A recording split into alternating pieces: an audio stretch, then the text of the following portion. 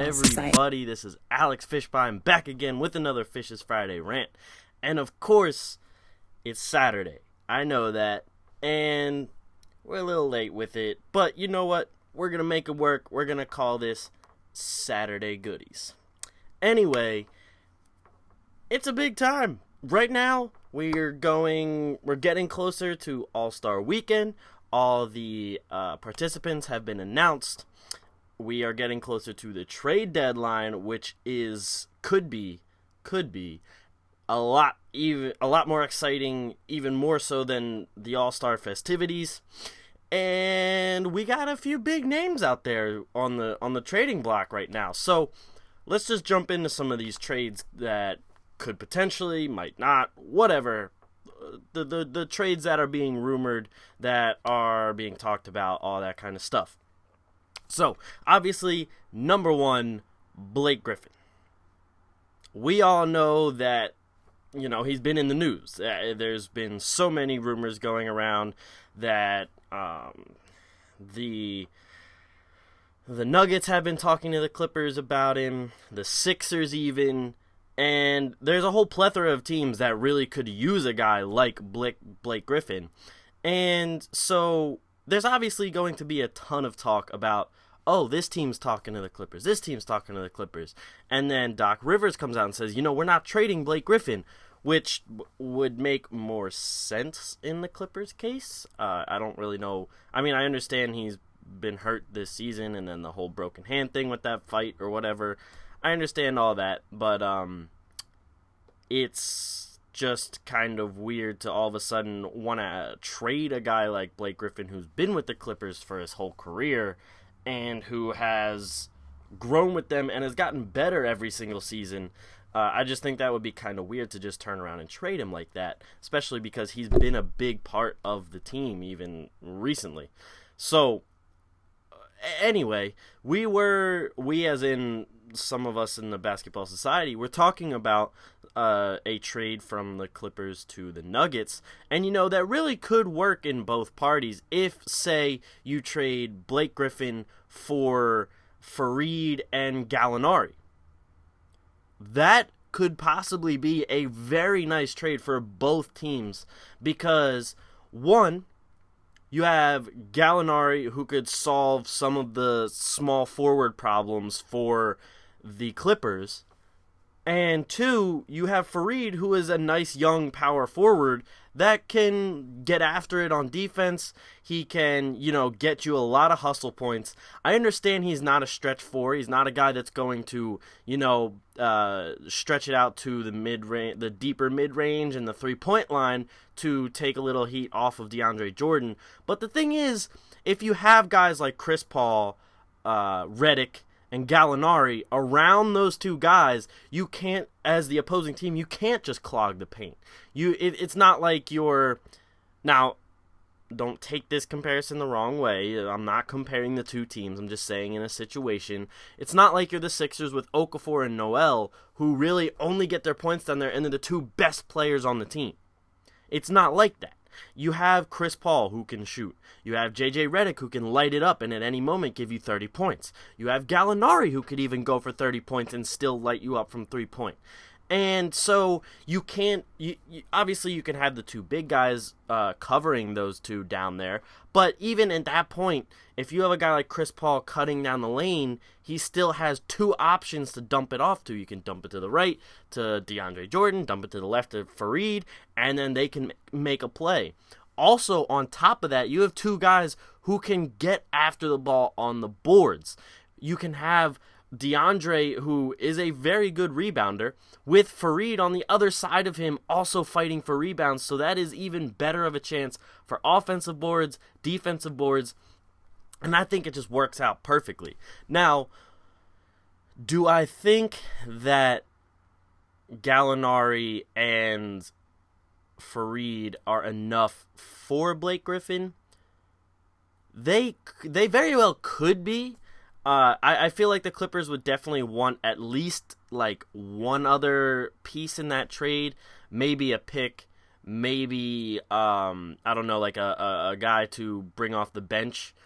So I just don't see Um, I don't really see them, the Nuggets, that is. I don't really see them trading a guy, like Will Barton or Nurkic or Jokic. Um,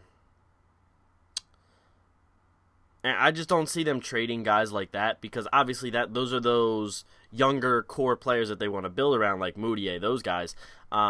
Maybe Jameer Nelson, but at the same time, they still do have Austin Rivers on the bench, and I don't know what Doc would kind of do with that, being that's his son. I don't know what Doc would think about replacing him on the bench.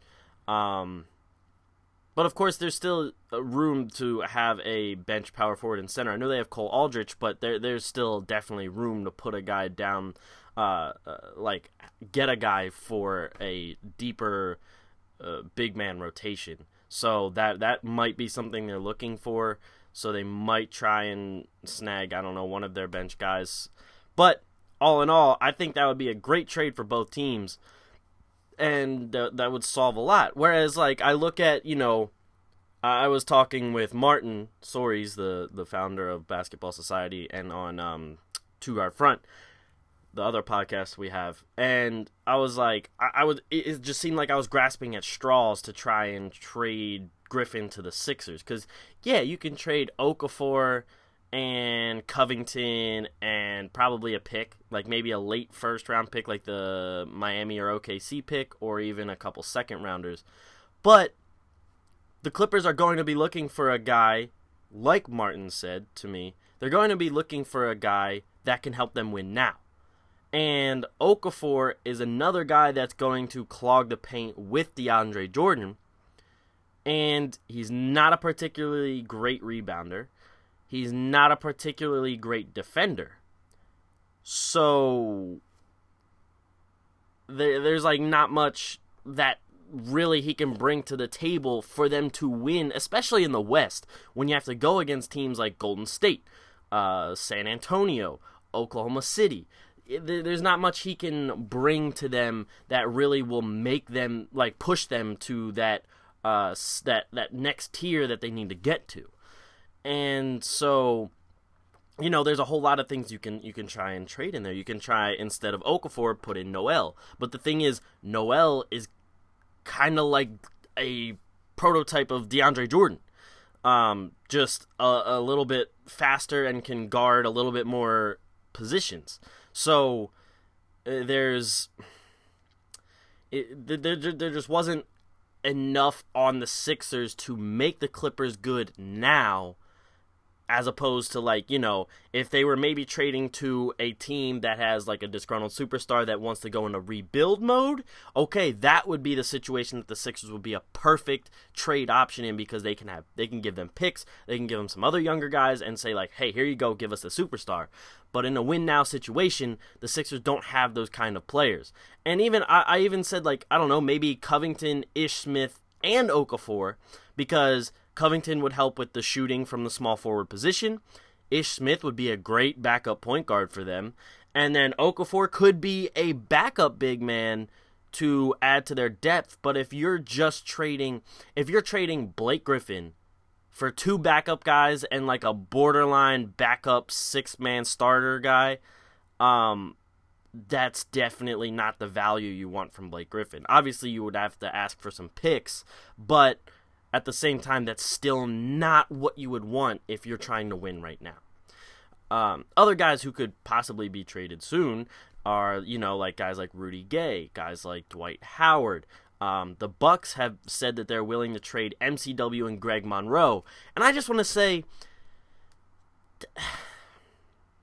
I don't understand the Bucks if that's really their thinking right now. Now, okay, I understand MCW, but at the same time, when they first made that trade, I was like, nah, no hate to MCW at all. Yes, I'm a Sixers fan, but, I did not hate MCW. I just thought he wasn't going to be a great point guard. I didn't think he would be the one that, you want to build around, anything like that.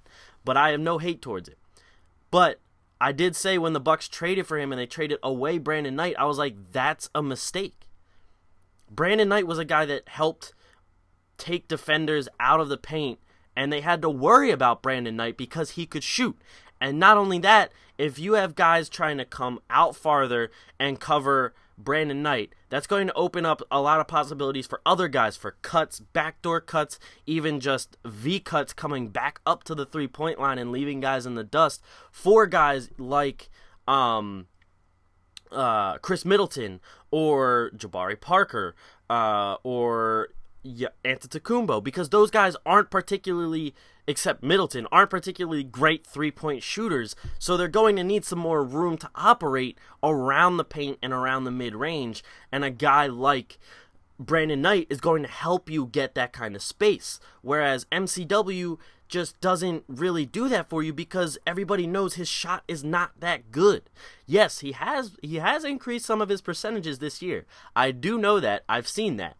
But at the same time, a lot of these guys still aren't going to respect it because they're like, okay, if MCW drops like 20 or 30, fine, whatever. We'll let him get his shot. We'll just back up and just play D on everybody else. And that's how a lot of games will go if that keeps continuing. But the thing that I don't understand is the fact that they're already willing to trade Monroe. This was supposed to be like their big free agent splash. This was supposed to be like, oh, we got a big guy. It's a smaller market. We got this big name free agent that was in the free agency pool this past summer. And now all of a sudden you want to trade him already and it's only half a season. It was like you had to have known. You knew what Monroe was going to give you when you were coming into the season. You knew he wasn't the best rim protector. You knew he wasn't the best defender. You knew he could give you some points down low on the block, on the post, and that he could get you a average amount of rebounds. You should have known that. Like it was evident from all of his work in Detroit. And I have even gone on record saying the guy you want from Detroit is Drummond. I like Monroe. Monroe's a decent player, but he's not a number one guy. He's not the guy that you want to go to all the time. Maybe a third option. A third option would be fine. But the way that they coveted him and brought him in made it seem like he was going to be a 1 or 2. And I just don't think you're going to thrive as a team if you're going to put him as that first or second option. Now, like I said, I just think that Drummond was more of the guy that you would want to go for. And when you look at it now, he's having a great season, and Monroe's having like an average season. Well, average for a starter. I shouldn't, it's not having a terrible season, but it's just it just when I first saw that news come out, I'm like, you just, like, it was this really big deal that you guys got him. It was this really big deal that it was like, oh, small market team gets a big name free agent, he's going to help the Bucks. The Bucks are on their way up, blah, blah, blah. But it was like, the moves all leading up to it were just all wrong. If you're going to get a guy like Monroe who operates on the low block and can't stretch the floor, well then, this goes back to the MCW trade. Why trade away a point guard who could score from almost anywhere on the floor and was getting better himself and still a young guy to MCW, who he's still young and everything, still has room to grow, but everyone knows his shot isn't great. Everyone knows his shot is still broken, kind of. There was just a whole lot of moves made that just didn't make sense. And I don't really know what their thinking was that came to this. I just don't. It just doesn't make sense. Just a last little tidbit.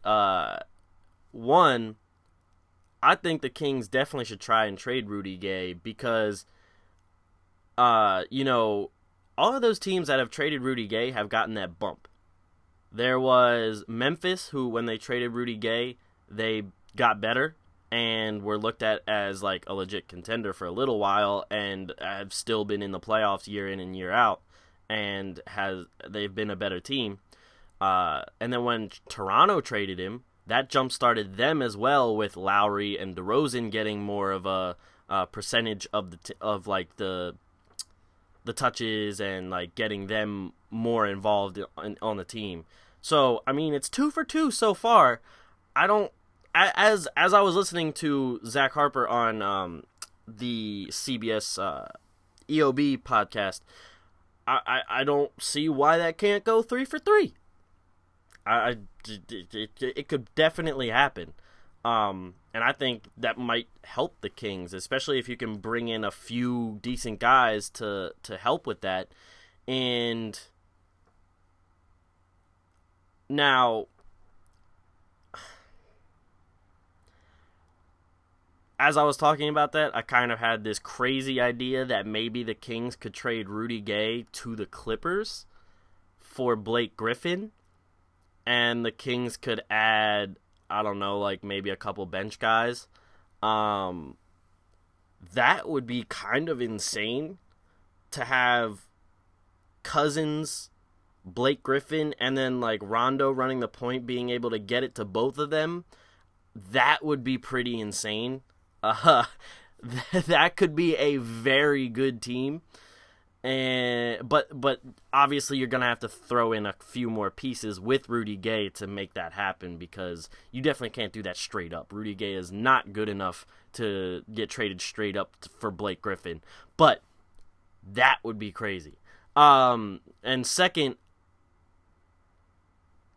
the whole Dwight Howard situation, I think if they trade him, they could definitely get something for him. And for what he's doing right now, I think you could probably get like a few guys to kind of work as a committee to give you the what Dwight Howard is doing this season. But I'm not really sure. I'm just not really sure like exactly how good they can be without Dwight Howard, because he was a big part of like their success in the playoffs and everything. And so I'm not exactly sure. I just don't know exactly what they would get for him, because, you know, he does have injury issues. He's still getting up there in age. I mean, I'm not saying like he's really old or anything, but he's not getting any younger. And it's just it's like a slippery slope with that. That's all. I just don't think they would be able to get exactly get value for him what they would want. And in the end, I don't think it would help them get to the next tier. But anyway, that's it for me. Thank you guys for watching and listening to another episode of Fisch's Friday Rant. Make sure you check out the website, www.basketball-society.com, and our Twitter, @bballsociety_. I appreciate you guys coming week in, week out, listening, watching. I will see you guys next week. Peace.